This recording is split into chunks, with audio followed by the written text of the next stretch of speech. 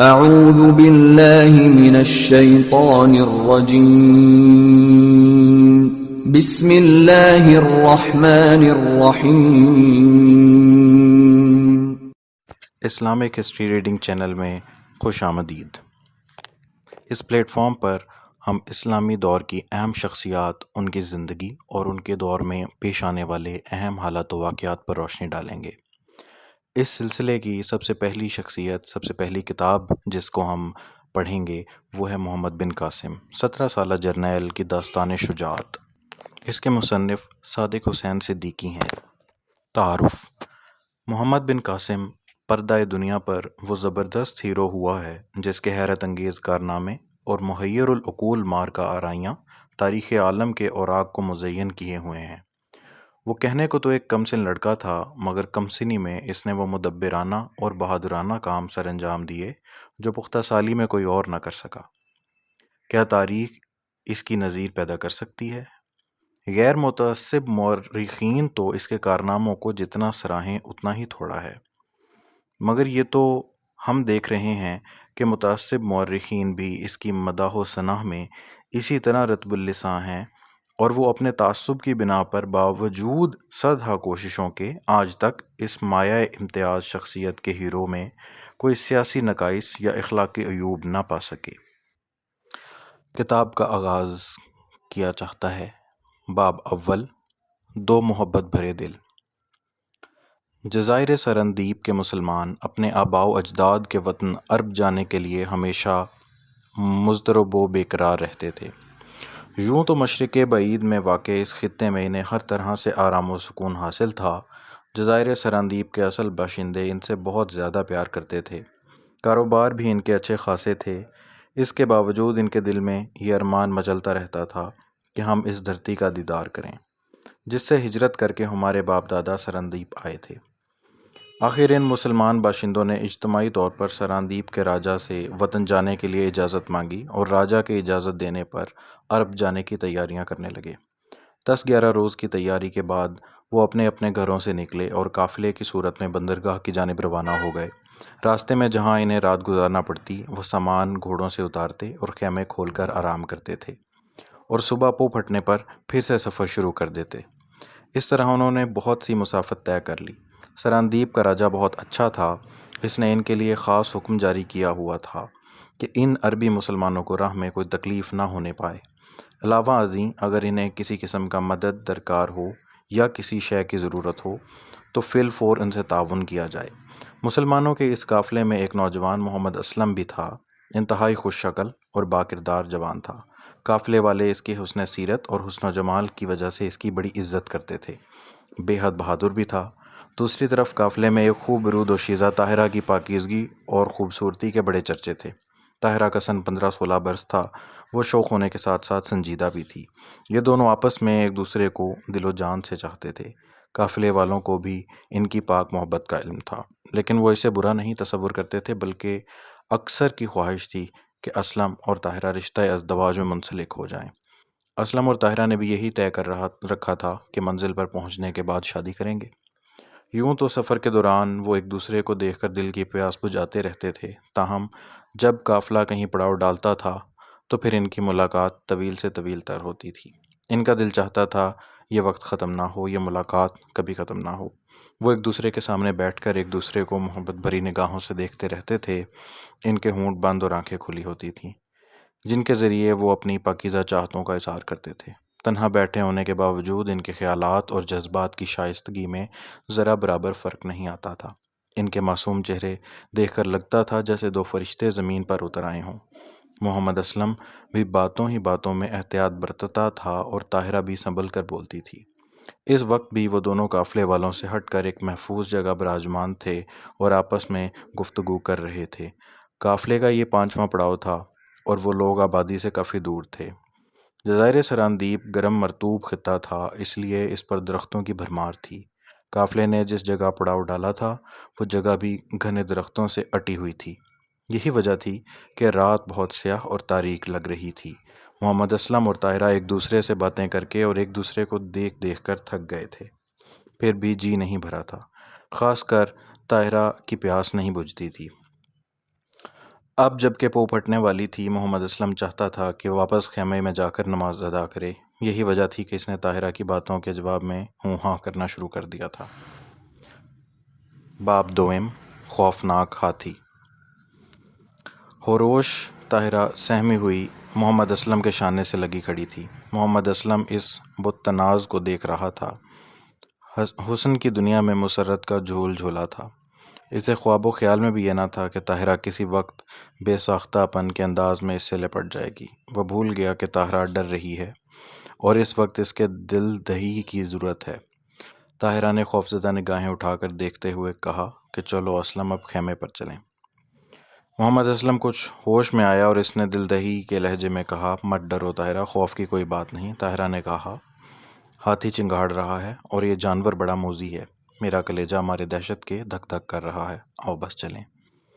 کیونکہ اب محمد اسلم اچھی طرح اپنے حواس میں تھا، اس لیے وہ سمجھ گیا کہ طاہرہ ڈر رہی ہے۔ اس نے کہا کہ چلو اچھا چلتے ہیں۔ دونوں چل پڑے، لیکن طاہرہ اب بھی اس کے شانے سے لگی ہوئی چل رہی تھی۔ دونوں چلتے رہے، سامنے چٹان عبور کر کے دوسری طرف پہنچے۔ ایک طرف خیمے نظر آئے جو چاندنی میں سفید سفید سے چمک رہے تھے، بعض کے سامنے انگارے پڑے دہک رہے تھے۔ ان کے خیموں کے قریب پہنچ کر طاہرہ محمد اسلم سے الگ ہو گئی۔ دونوں خیموں کے حصار میں داخل ہوئے تو وہ شب بخیر کہہ کر آگے بڑھی اور ایک خیمے کی طرف چل گئی۔ محمد اسلم بڑھا اور چند خیموں کے سامنے سے گزرا اور ایک بلند اور عالی شان خیمے پر پہنچا۔ اس خیمے کے سامنے آگ روشن ہو رہی تھی اور ایک ادھیڑ عمر عورت آگ کے سامنے بیٹھی ہوئی تھی۔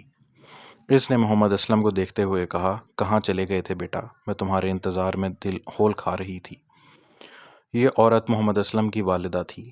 اس نے کہا، امی جان، میں اس کے سامنے والی چٹان کی طرف چلا گیا تھا۔ اس کی والدہ کا نام حلیمہ تھا۔ اس نے کہا، پہاڑ ہے، اس پر کئی قسم کے جانور رہتے ہیں، تم کو نہتا نہیں جانا چاہیے تھا، کم از کم تلوار ہی لے جاتے۔ محمد اسلم نے کہا، غلطی ہوئی امی جان، آئندہ نہتا نہیں جایا کروں گا۔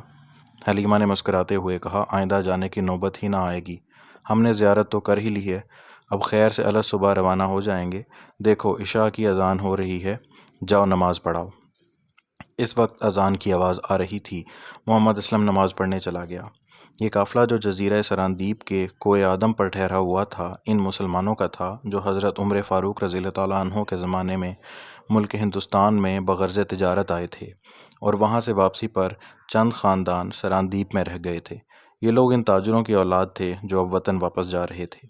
وطن جانے سے پہلے وہ اس پہاڑ کی زیارت کرنے آئے تھے جس پر حضرت آدم علیہ السلام 100 سال تک رہے تھے۔ کئی روز سے یہ قافلہ مقیم تھا اور اب صبح کوچ کا انتظام کر چکا تھا۔ محمد اسلم ایک کھلی جگہ پہنچا جہاں ایک چشمہ رواں تھا جو چٹان کے اوپر سے بہتا آ رہا تھا۔ چشمے کے کنارے پر بہت سے بوڑھے، جوان اور بچے جمع تھے۔ سب وضو کر رہے تھے۔ اسلم بھی وضو کرنے لگا۔ وضو کر کے ان لوگوں نے نماز پڑھی اور نماز پڑھ کر واپس خیموں کے پاس آئے۔ اس وقت عورتیں نماز پڑھ رہی تھیں، بعض پڑھ چکی تھیں۔ جب رات زیادہ ہو گئی تو یہ سب سو گئے۔ صبح کے وقت سویرے بیدار ہو کر ضروریات سے فراغت کر کے نماز پڑھنے لگے۔ نماز سے فارغ ہو کر خیمے اکھاڑے، خچروں پہ سوار ہوئے اور چل دیے۔ اس قافلے میں 20 مرد اور 12 عورتیں، 10 نوعمر لڑکیاں اور 16 بچے ہی تھے۔ گویا کل 50 افراد تھے۔ سب نہایت خوش، وطن جانے کی خوشی ہر ایک شخص کو تھی۔ خوشی مسرت میں بہے جا رہے تھے۔ پہاڑ سے اتر کر یہ لوگ ساحل سمندر کی طرف بڑھنے لگے۔ دوپہر تک چلتے رہے۔ جب آفتاب سر پر آ گیا تو انہوں نے قیام کر دیا۔ بقیہ دن اور ساری رات ٹھہرے رہے۔ اگلی صبح کو پھر چل پڑے اور دوپہر کے قریب سنکونا کے درختوں کو جنگل میں پہنچ گئے۔ اس زمانے میں سنکونا کے درختوں کو کاٹ کر ایندھن یا عمارت کے کام میں لایا جاتا تھا۔ آج کل اس درخت سے کونین بنائی جاتی ہے جو ملیریا اور بخار والوں کو دی جاتی ہے۔ دوسرے روز یہ لوگ پھر چلے اور ناریلوں کے اونچے اونچے گنجان درختوں کے جنگل میں جا اترے۔ ان درختوں پر ناریل لگے تھے۔ چونکہ یہ تمام جنگل سراندیپ کے مہاراجہ کی ملکیت تھا اور یہ مسلمان مہاراجہ کے مہمان تھے، اس لیے انہوں نے بہت سے ناریل توڑ کر ذخیرہ کر لیے۔ اگلی صبح پھر روانہ ہوئے اور ناریل کے درختوں کے جنگل میں گھستے چلے گئے۔ ناریل کے درخت نہایت بلند تھے، ان پر وہی شخص چڑھ سکتا تھا جو درختوں پر چڑھنے کی مہارت رکھتا ہو۔ تقریباً 3 گھنٹے تک تو یہ لوگ نہایت اطمینان سے چلتے رہے، لیکن جب آفتاب نصف نہار کے قریب پہنچا تو انہوں نے ہاتھیوں کا ایک غول دیکھا جس میں 15-20 ہاتھی تھے اور وہ اپنی لمبی لمبی اور مضبوط سونڈوں سے درختوں کو جھکا جھکا کر توڑ رہے تھے۔ سراندیپ میں ہاتھی کثرت سے ہوتے ہیں اور اتنی کثرت سے کہ شکاری 1-2 ہاتھیوں کو ہر روز مار سکتا ہے۔ مسلمانوں کے گھوڑے ان ہاتھیوں کو دیکھ کر بھڑکنے لگے اور انہیں دیکھ کر مسلمانوں پر بھی خوف طاری تھا۔ ہاتھی ایک ایسا شریر جانور ہے کہ جب کسی انسان پر حملہ کرتا ہے تو اسے پامال کیے بغیر نہیں چھوڑتا، بڑے بڑے تناور درختوں کو جڑوں سے اکھاڑ دیتا ہے۔ ہاتھیوں کو دیکھتے ہی مسلمانوں نے راستہ بدل دیا، عورتیں اور بچے آگے چل دیے اور مرد ان کے پیچھے ہو لیے۔ یہ لوگ تھوڑی ہی دور چلے تھے کہ شاخوں کے ٹوٹنے اور درختوں کے گرنے کی آوازیں آنے لگیں۔ انہوں نے جب گھوم کر دیکھا تو ہاتھیوں کا لشکر شاخوں کو توڑتا، درختوں کو گراتا ان کی طرف دوڑا چلا آ رہا تھا۔ چنانچہ مسلمانوں کے ساتھ سامان تھا، بچے، عورتیں تھیں، اس لیے ان کا وہاں گھوڑے بھگا کر نکلنا ممکن نہ تھا۔ ان میں جتنے بھی مرد تھے وہ سب ہاتھیوں سے مقابلہ کرنے کے لیے کھڑے ہو گئے۔ صرف 2 جوان عورتوں اور بچوں کو سامان کو لیے آگے بڑھنے لگے۔ ہاتھی درختوں کو تباہ و برباد کرتے، سونڈیں اٹھاتے مسلمانوں کو پامال کرنے کے لیے بڑھے چلے آ رہے تھے۔ مسلمان نیزے لیے کھڑے ہو گئے، ان میں اسلم بھی تھا، مگر جب ہاتھی اور قریب آ گئے اور گھوڑوں نے ان پر سیاہ پہاڑوں کو دیکھا تو خوف سے کانپنے لگے اور بدک بدک کر الف ہونے لگے۔ مسلمان سمجھ گئے کہ اگر وہ گھوڑوں پر سوار رہے تو ہاتھیوں کا مقابلہ نہ کر سکیں گے، اس لیے وہ اتر کر کھڑے ہو گئے اور 2 آدمی گھوڑوں کو وہاں سے دور ہٹا لے گئے۔ ہاتھی کچھ اس طرح سے بھاگے چلے آ رہے تھے جیسے وہ ہر اس چیز کو پامال کر دیں گے جو ان کے سامنے آ جائے گی۔ ایک ضعیف العمر نے کہا، بھائیو، شاید نیزوں سے ہاتھیوں کا مقابلہ نہ ہو سکے۔ ایک نوجوان نے دریافت کیا، پھر کیا کرنا چاہیے؟ ضعیف العمر نے کہا، ابھی ہاتھی دور ہیں، ان کی سونڈوں اور مستکوں پر تیر مارو۔ ایک اور بڈھے نے کہا، نہایت مناسب تدبیر ذہن میں آئی ہے، اگر 2-4 ہاتھی مجروح ہو گئے تو شاید یہ سب لوٹ جائیں گے۔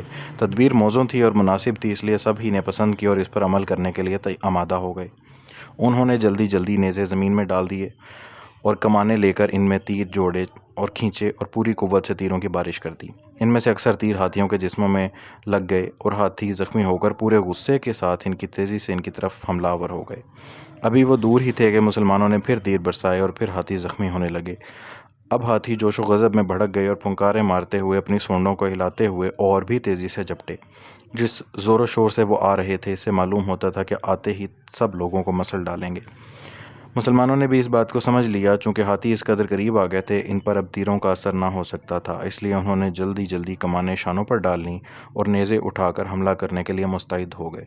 بگڑا ہوا ایک ہاتھی بھی نہایت خطرناک ہوتا ہے، اور وہاں تو بہت سے ہاتھی تھے اور وہ غضبناک ہوتے ہوئے چھوٹے چھوٹے درختوں کو گراتے، مسلتے، دوڑتے چلے آ رہے تھے۔ مسلمانوں پر ہراس طاری نہ ہوا، وہ نہایت استقلال اور بڑے اطمینان سے نیزے تانے کھڑے تھے۔ اتفاق سے ایک ہاتھی نے سب سے پہلے اسلم پر حملہ کیا، وہ بھی تیار تھا۔ اس نے نہایت پھرتی سے اور بڑی قوت سے اس کی آنکھ پر نیزہ مارا۔ نیزے کی یعنی آنکھ پھوڑ کر دماغ میں گھستی چلی گئی۔ ہاتھی نے ایک نہایت خوفناک چنگاڑ ماری اور پشت پھیر کر بے تحاشا بھاگنے لگا۔ نیزہ کچھ ایسا پیوست ہو گیا تھا کہ محمد اسلم کی بہت کوشش کرنے پر بھی نہ نکلا، بالآخر نیزہ اسے چھوڑنا ہی پڑا۔ اب اسلم نے تلوار کھینچ لی اور جھپٹ کر دوسرے ہاتھی پر حملہ کیا۔ تلوار کاری پڑی، ہاتھی کی سونٹ کٹ کر دور جا گری، وہ بھی چنگاڑ مار کر بھاگا۔ ان متواتر 2 ہاتھیوں کے بھاگنے سے ہاتھیوں کا جوش و غضب سرد پڑ گیا، ان پر خوف طاری ہو گیا۔ ادھر مسلمانوں نے نیزوں اور تلواروں سے انہیں زخمی کرنا شروع کر دیا۔ 2-3 ہاتھیوں کی سونٹیں کٹ گئیں اور وہ بھی پیچھے مڑ کر بھاگے۔ ان کے بھاگتے ہی تمام ہاتھی لوٹ کر بھاگ پڑے۔ مسلمانوں نے ان کا تعاقب کر کے انہیں نیزوں اور تلواروں سے زخمی کیا۔ ہاتھیوں پر کچھ ایسا خوف طاری ہوا کہ جس کا جس طرف منہ اٹھا بھاگ کھڑا ہوا۔ چونکہ وہ نہایت ہی بدحواسی میں بھاگے تھے، اس لیے درختوں سے ٹکرا جاتے تھے۔ اکثر ہاتھی تو بھاگتے بھاگتے گر پڑتے، اور مسلمانوں نے اس قدر انہیں مجروح کیا کہ ان میں اٹھنے کی سکت باقی نہ رہی۔ جب میدان صاف ہو گیا تب مسلمان لوٹے، گھوڑوں پر سوار ہوئے اور قافلے سے جا ملے۔ اختتام میں